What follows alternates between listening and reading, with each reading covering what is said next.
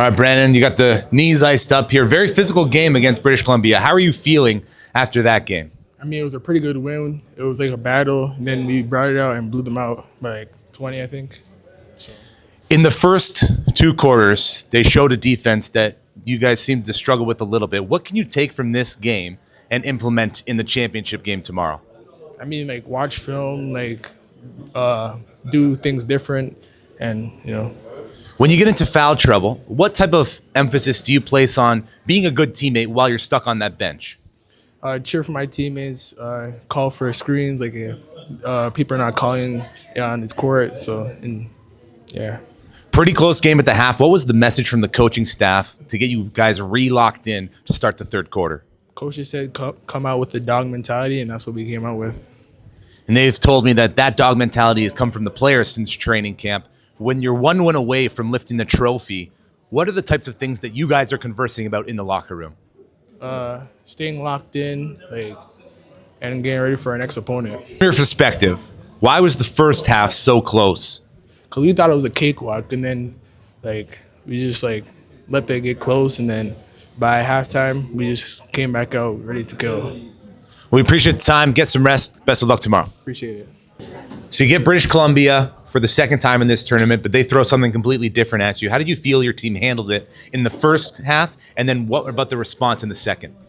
Yeah, it's to be expected in a tournament like this where everyone's watching you live, go back to the hotel or the residence, and then obviously do film and watch. So they did a great job of knowing our stuff.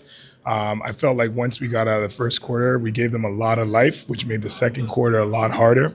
But again, we just stuck to our game plan, tightened up a few things. I think the bench energy in the second half really propelled the guys. And defense is our calling card, right? So we ended up pulling away. The three-pointer wasn't really falling in this game, but what did you like about the shot selection? Yeah, the shot selection was good. And we keep telling the guys, if we're going good to better and the ball doesn't go in, that's basketball, right? You're not going to make every shot, but the goal is to continue to do the right things, make the right plays, and obviously then put the ball up. And over time, the percentages will balance themselves out. British Columbia forced you guys into an 8-second backcourt violation. What can you take from that experience, and how can you gear the guys up to stay locked in even more than they already are? Yeah, honestly, our guys, I think they were playing a little bit tentative in the backcourt. I mean, if you've watched any of these guys play outside of Team Ontario, they're really dynamic, fast-paced guards. Obviously, we're asking them to play in a different system, which I think takes some adjustment. But yeah, that backcourt violation was uncommon of most of our guards, and I probably don't think that'll happen again throughout the tournament. Cavante Walters and Praise Badeo really good at reading the lanes, combining for 12 steals in this game. What do you like about those gambles, and what do you dislike about those gambles?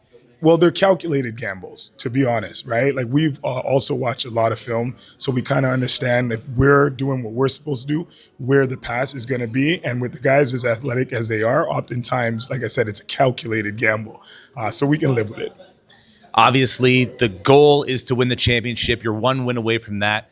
And the message to the team has to be stay locked in and focused. Is there any time to kind of celebrate what's already been accomplished in this tournament, and what's the message been like to your team about that?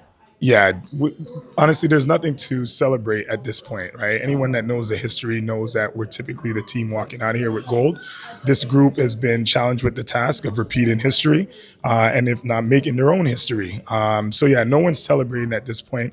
We are where we felt we should be. Obviously, there are lots of things to adjust to and clean up, but I think we'll be walking out of here with another gold medal tomorrow. Well, appreciate the rest of your night off, and we'll see you tomorrow. Yes, sir.